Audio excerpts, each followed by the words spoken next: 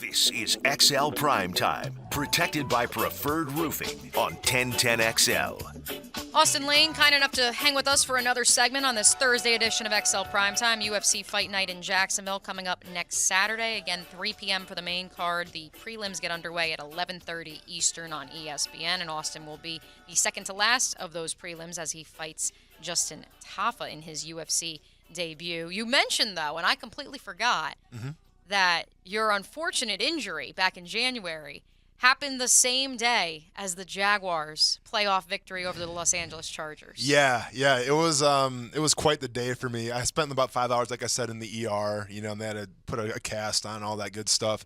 But then as I'm leaving, the game was getting ready to start. I'm like, well, do I risk it? Do I go there, or do I just go watch it at home? I'll just watch it at home. And obviously did not get off to a good start. So I'm like, oh, thank God I missed the game, all right, because it's going to be a blowout. And then, a couple hours later, it became like the best game in Jaguars history, and I got my arm, and it was a lot of emotions going through me that night. But at least it was like, all right, I tear my bicep, I can't go to Australia, the Jaguars are getting beat 27-0. At least it did have a positive ending, because not only are you now making your debut in Jacksonville instead, but they come back to win. Of course. As a former Jaguar yourself, you just said it. You think that's one of the greatest games of all time in the team's history. Absolutely, because I think that it did a lot, obviously, for the team in terms of putting us on the map. I said us, but putting them on the map, if you will. But also, to me, it did a lot and showed what Trevor's truly all about. But it also showed the coaching prowess of Doug Peterson. Because the biggest takeaway from that game is when it was halftime and they're interviewing Doug, I think 90% of the coaches in the NFL would have been like, I don't know what the hell's going on here. They would have freaked out. I would have freaked out. I'd have been throwing clipboards and water buckets and everything in the locker room, but Doug was calm, cool, and collected. And I think that says a lot about his demeanor in terms of his coaching style and his culture that he builds. And when he came back out that second half, it was a different team. And I think him keeping cool under pressure helped that team, and it was contagious. Yeah, who was your coach while you was here? So I had Jack Del Rio. And then I had Mike Mularkey. Yeah, Mike Mularkey. Okay, yeah. Because I was thinking about where, we had a couple of guys that come on the show and they talk about Peterson, and they say that the reason why the team has had so much success is because he's always the same. Whether you win, you lose, or whatever, he's always the same. That demeanor. Yeah. I had TC. If we were down 27-7 at halftime, it would have been a little different. It would have been a little different. Yep. But that the way he coaches says a lot about his team and their ability to come back and never feel they out of the game. I mean, how important is that as far as having a coach like that where it's always the same? Yeah, I played for a lot of coaches, whether it's head coaches or position coaches. I think that the biggest takeaway from Doug Peterson, what makes a great coach, is being genuine. Either whether you're laid back, calm, collected, kind of like a player's coach, or if you want to yell all the time. Players are grown men, man. Let's be honest here. And players can kind of sniff through the BS sometimes. So let's say, coach trying to put on this facade where it's like, I'm yelling at you, but that's not who you are. I mean, I've been on teams like that. I've been on teams where a coach tries to yell and it's not really his style and gets called out on that, and you kind of lose the locker room. I think if you're genuine more than anything, players respond to that. And I think Doug Peterson, day in, day out, which I've seen on interviews and on the field, I think he's genuine, and players can feed off that. Austin, you played the position. What would you say to Travon Walker in year two to help him get to that level that everybody expects the number one overall pick should be? Yeah, with Travon Walker's situation, and I called this when he got drafted by the Jaguars. I said, you have to be patient on this guy because he's played so many different positions before. And to me, he reminded me of Rashawn Gary from the Green Bay Packers. Right. Rashawn was drafted in the first round, expected to be a difference maker day one. Now, they had some pretty good depth at defensive end, so they brought Rashawn Gary along slowly. But needless to say, he had problems in the beginning. He wasn't making plays. I think he got benched a couple games. It is what it is. From Travon Walker's perspective, it's kind of the same thing where he has all the intangibles, right? He's got the speed. He has the arm length. He has the physical prowess to be a great player. It's the mental part now that he has to get situated. And I think when you talk about him standing up, and I've said this before, I've said this many times, I think he was meant to have his hand in the dirt. I really do. When I watch him, in a 2-point stance, not to say he's not good at it, but it's like there's like a split second where he's hesitating a little bit. And especially in Leon, you can attest to this. If there's any hesitation whatsoever from a defensive end, that's when you start losing, because it's literally a game of inches. It's a game of seconds. It's so cliche, but it's the truth. So I think once he gets more acclimated, whether it's a 2-point stance or if they actually put him down a 3-point stance the entire time, I think he's going to be better. Yeah, because that straight up and down move that he does at Georgia is not going to work at the next level. He's got to create an arsenal of moves if you're going to get around a left or a right tackle in the NFL, because we've seen it all. A veteran offensive line has seen everything. Yeah. So if you giving me straight up and down bull rush, that's not going to rush. I need a little bit more from him when it comes to his moves, because offensive linemen have spots. Of course, and his job is to get him off his spot. And offensive linemen, they're so crafty, right? I mean, they're watching film just like anybody else is watching film. But when you talk about a defensive end, like even with him, when he was in college at Georgia, I mean, this guy. You watch the film, like he outmanned people. And this is the SEC, and I get it, it's very high competition. But once you get to the NFL, everybody's sound in terms of technique. Everybody's strong. Everyone's fast. So then you have to find the small things as a defensive end and say, where can I improve on? And the biggest thing I see right now from him from the first year is obviously that stance and hopefully getting more acclimated. If he's going to play a 2-point stance, getting more acclimated in that. The Jags are banking on development. From Travon Walker, from Devin Lloyd, from Muma, the continuity of the coaching staff, Austen, they think, all right, you add all those things up, they will make that second-year leap. My question for you is they're also banking on, much like the Philadelphia Eagles did a year ago, where they led the league in pressures the year prior but only had 30 or so sacks, just like the Jaguars did a year ago, where they were among the league's leaders in pressures, that now that will translate to sacks. How feasible is that? I mean, I think it's feasible, assuming, once again, that Travon Walker makes the steps necessary to be a better player. If they can get some more interior pressure, I think that's another big thing. And Josh Allen as well. Josh Allen, we talk about that rookie year where he showed the glimpses. He was going to be the next chosen one, and not to say he hasn't done well, but I think expectations for him have been put out this season where it's like, dude, we need over 10 sacks this year. This is going to be a big year for you. We need you to show up. We need you to ball out. And the thing about rushing the passer, too, Mia, is that it happens in bunches. It's not just one guy. I mean, I'm reminded of Josh Allen's rookie year. Like, yeah, he had a fantastic year, but guess what? You had Calais Campbell, who was also humming. You had a lot of guys on the defensive line. So if they can rush together, and if they can get more, impact play from Travon Walker and Josh Allen, I think the sky's the limit for this defense. Let me ask you this, since you're kind of a hybrid, in terms of your defensive end, you don't look the same as a Travon Walker per se. No, for sure. Your makeup from when you played to now when you're fighting the UFC isn't necessarily the same as Travon's. It's not that power size. Yasir Abdullah. What did you make of that pick? What do you make of this notion that the Jaguars staff seems to think he could play on defense, not just special teams, right away? So I'll say this about Abdullah. I think he had 14 sacks, if I'm not mistaken, his senior year, or was it? I think it was like 12 and a half. 12 and a half. Double digit both years. You're good. He had 12 and a half sacks. And granted, it wasn't the SEC, right? We always talk about the SEC, but it was still at a high level conference. I think anytime a guy can put that many sacks together, it shows you something. Okay, now, for me, I was a small school guy, right? So I got away with a little more of my speed and my size and all that stuff. But, playing, in the ACC or whatever, it's still a competitive football conference.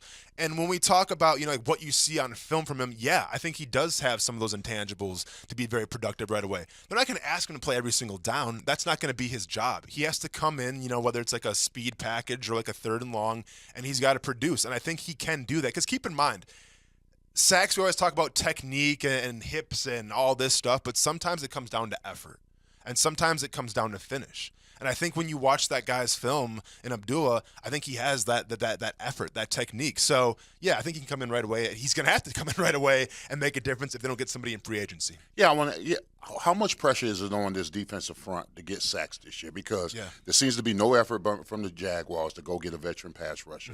Basically, you're going with the guys that you went last year with when you had 35 sacks. Now, I know we led the league in pressures, but we didn't get to the quarterback as often as we should. So, Doug, the Jaguars are saying we have enough right now, so that's a tremendous amount of pressure on these guys to get it done this season. It's a huge amount of pressure, Leon. I mean, obviously, when you talk about our division, you talk about the Tennessee Titans, who are probably going to run the ball a little bit. Obviously, with Jonathan Taylor and the Colts, they're going to run the ball. And then with Houston, it remains to be seen, but I assume they'll be more of a running-first kind of team as well. So, I think you have the division covered. But when we talk about playing the Cincinnati Bengals, talk about playing, Josh Allen, the Buffalo Bills, you have to get after the quarterback.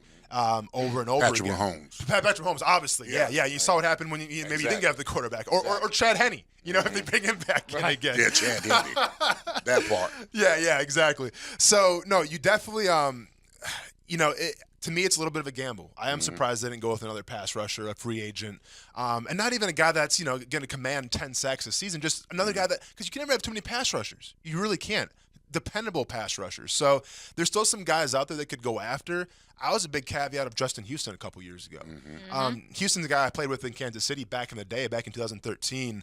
And you want to talk about a guy who I think is just, in terms of the fundamentals, is right on point. And, you can attest to this as well. When you get older, and he's an older veteran now, your speed's the first thing to go. But when you talk about a power rusher who can do it all, I played with a guy by the name of Aaron Campman.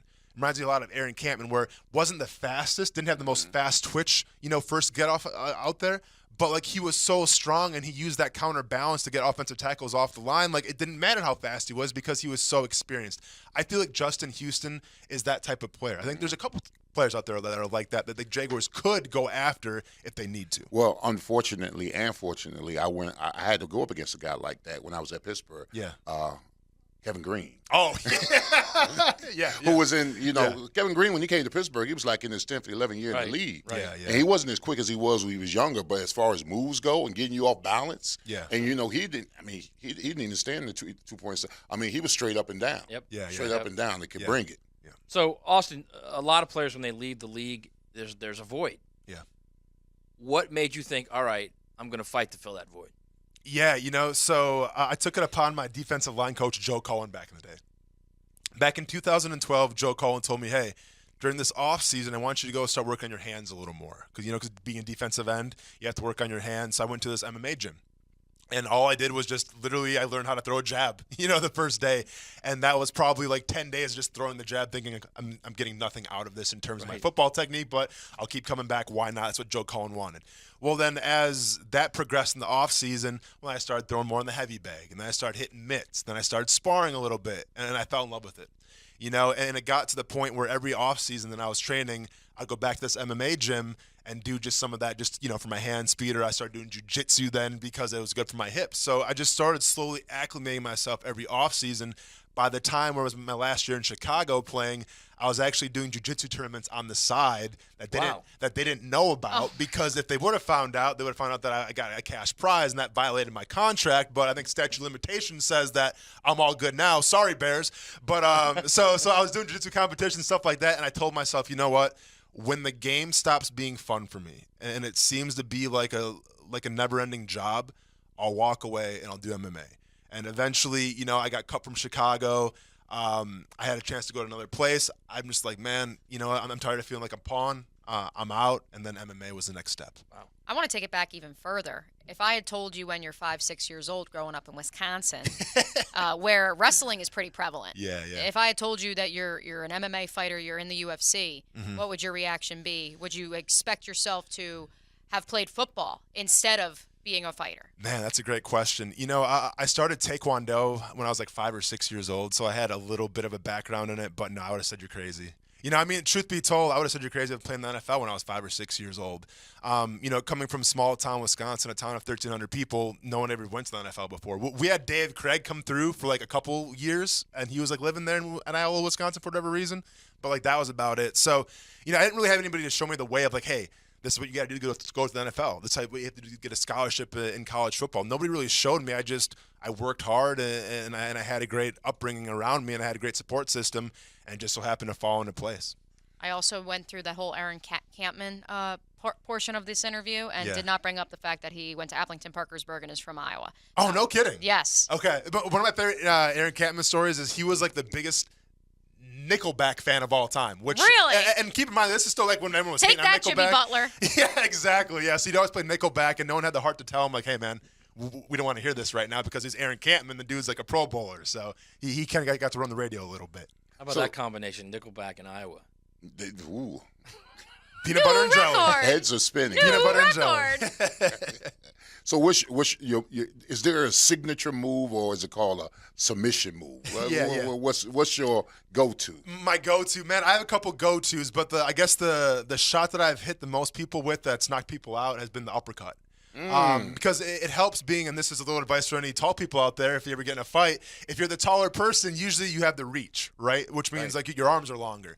Well, if your arms are longer, that means the shorter guy's got to throw wide on you, try to touch you in the chin. If he throws wide on you, well, hey, the closest thing to a straight line is right down the middle, throw the uppercut, and you're gonna land before that wide shot gets to you. So the uppercut's been very very crucial for me lately. So what's the most difficult shot to take? The head, the body, or like a leg sweep? So truth be told, I mean, you can go a couple ways with it.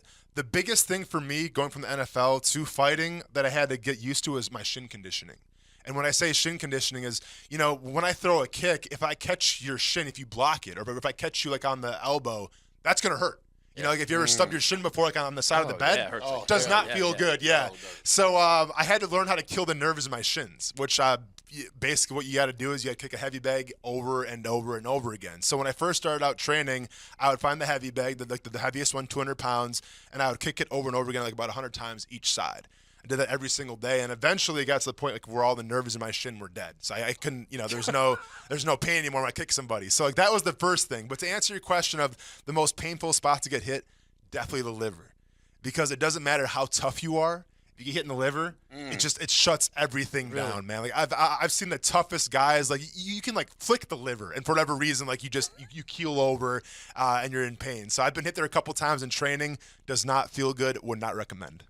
What we would recommend is you get over to the VyStar Veterans Memorial Arena next Saturday for UFC Fight Night, Jacksonville, where Austen makes his debut. Or you can watch on ESPN. Yeah. So, hey, listen, no excuses. Make sure you get out there and you support one of Duval's own. And, yes, to wrap up, Austen, the text line is wondering, because you did it when you punched your ticket into the UFC. Yeah. Will you be giving a Duval at some point? You know what? So, this is funny. My coaches always ask me, like, hey, what are you going to say on the microphone after you win? And I never tell them because it's always genuine. Like I always go into I have nothing prepared whatsoever. But a little spoiler alert: when I win, there's probably going to be at least one Duval. I'm probably not going to be able to swear, so I'm got to keep that under wraps because it's on ABC or ESPN or whatever the case may be. So don't want to make anybody mad. So one Duval and try not to swear, and we're going to be all good. And it's when he wins. When he wins, because he will be winning. Austen will be rooting for you, and we'll be watching. Austen Lane, thanks so much for stopping by. More XL Primetime coming up right after this.